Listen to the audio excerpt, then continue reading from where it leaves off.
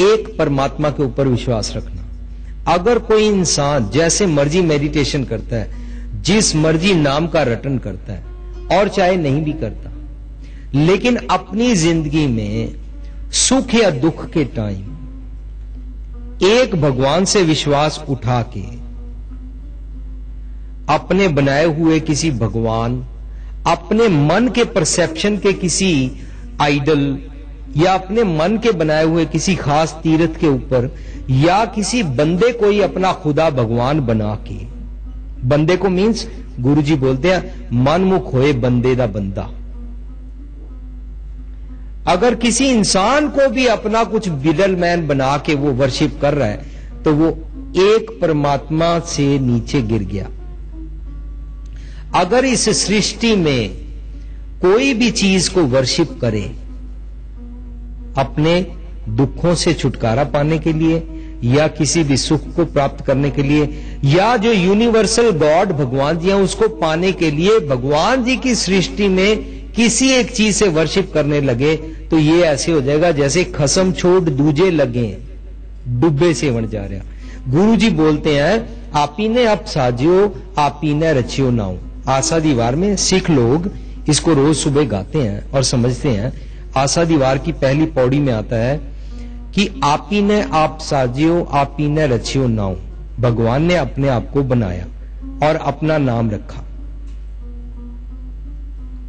दुई कुदरत साजी है, दूसरे नंबर पे उसने कुदरत बनाई और बना के बड़े आराम से प्यार से इस कुदरत में रहता है।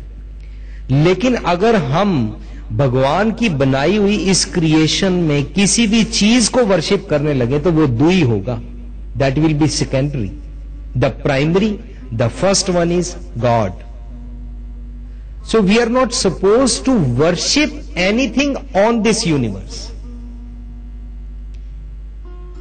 अगर हम कुछ भी क्रिएशन की चीजों को वर्शिप करते हैं तो भगवान को छोड़कर एक अकाल पुरख गॉड से हटकर हम कुछ कर रहे हैं। चाहे वो कितना भी करामाती क्यों ना हो, चाहे कितनी रिद्धि सिद्धियों का मालिक क्यों ना हो, चाहे किसी के ऊपर हाथ रखने से वो रोग दूर कर देता हो, चाहे किसी की तरफ दृष्टि करने से किसी के रोग दूर कर देता हो, पर वो परमात्मा नहीं हो सकता। वो परमात्मा की क्रिएशन में कुछ हो सकता है, पर अगर हम उसके पीछे चल पड़े तो हम मन साफ की निशानी से गिर गए, मन साफ की कसौटी से गिर गए, क्योंकि मन साफ जिसका होगा वो एक परमात्मा से जुड़ेगा। सुख और दुख उसको आया तो वो कहेगा सुख दुख दोए दर कपड़े पहने जाए मनुख। जैसे एक इंसान सुख और दुख के कपड़े पहनता और उतारता है, ऐसे मेरे परमात्मा जी जे सुख दे तो तुझे आराधी।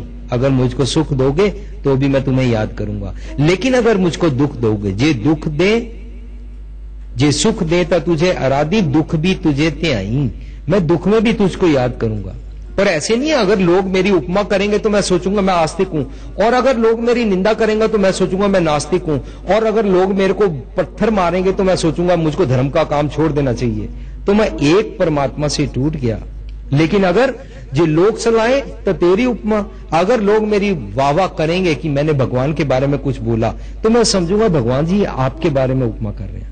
जे लोग सलाहे तो तेरी उपमा, जे निंदे तो छोड़ ना जाई। अगर लोग मुझको निंदा भी करेंगे तो मैं तेरे को नहीं छोड़ूंगा। इसका मतलब एक परमात्मा से छूट अगर किसी के पास चले जाएं सुख या दुख के टाइम, उस्तत और निंदा के टाइम, तो हमारा मन साफ नहीं है। ये कौन सी मेडिटेशन है, ये कौन सा सिमरन है जिसके बारे में आज तक किसी ने कभी विचारा नहीं। एक परमात्मा के पास पहुंचने का ये ढंग है, इसको हम बोलते हैं रियल सिमरन। ये सिमरन कौन सा है? जो अनंत गुणों की बातें, मन साफ के तो हम 4 या 6 या 8 या 10 पॉइंट वो भी सुने सुनाए, वो भी बोरोड लोगों से ले लेके, बचपन से घर सुन लिए, मां बाप से सुन लिए, मन साफ होना चाहिए, किसी को चीट नहीं करना चाहिए, किसी की चीज को उठा के नहीं लाना चाहिए, या स्कूल में कुछ सुन लिया, बस ये 8-10 पॉइंट को हम समझते हैं कि यही सारा धर्म है। पर गुरुजी वाणी में, फिलॉसफी में हजारों गुण ऐसे बताते हैं जो मन साफ करने का ढंग है। क्या? पांडा तोए बैस तूप देवो तो दूधे को जाओ। दूध क्या है? भगवान। दूध क्या है? अमृत। दूध क्या है? सच। सच क्या है? परमात्मा। उस परमात्मा रूपी दूध को अपने बर्तन में डालना है, तो बर्तन को साफ करो। साफ करने के लिए क्या करना होगा? अपने सारे अवगुण हटाने होंगे। अवगुण छोड़ गुणा को तावो। लेकिन अवगुण जैसे जैसे छोड़ते जाएंगे तैसे तैसे हम परमात्मा की तरफ अग्रसर होते जाएंगे। We would be heading towards God. जैसे जैसे अवगुण छोड़ गुणा को तावो। तो गुण धारण करने वाली जो गेम है वही तो रियल रिलीजन है। आप जिस मर्जी रिलीजन के हैं, गुरुजी बोलते हैं अगर तू मुसलमान है तो क्या कर? तू 5 वक्त नमाज पढ़ता है, लेकिन तू क्या दया की नमाज पढ़ता है? तू दूसरों पर करुणा की नमाज पढ़ता है? तू सब में खुदा देखता है? तू कुर्बानी देने के लिए तो वहां पर कुछ ना कुछ भेंट कर रहता है। जो सब में एक खुदाई कहता है तो क्यों मुर्गी मारे? तू मुसलमान है तो समझ क्या हो सकता है? तू भगवान को, खुदा को ऊंची आवाज दे रहा है। मुल्ला मुनारे क्या चढ़े, साईं ना बहरा होए। समझाते हैं, लेकिन क्या कह रहे हैं?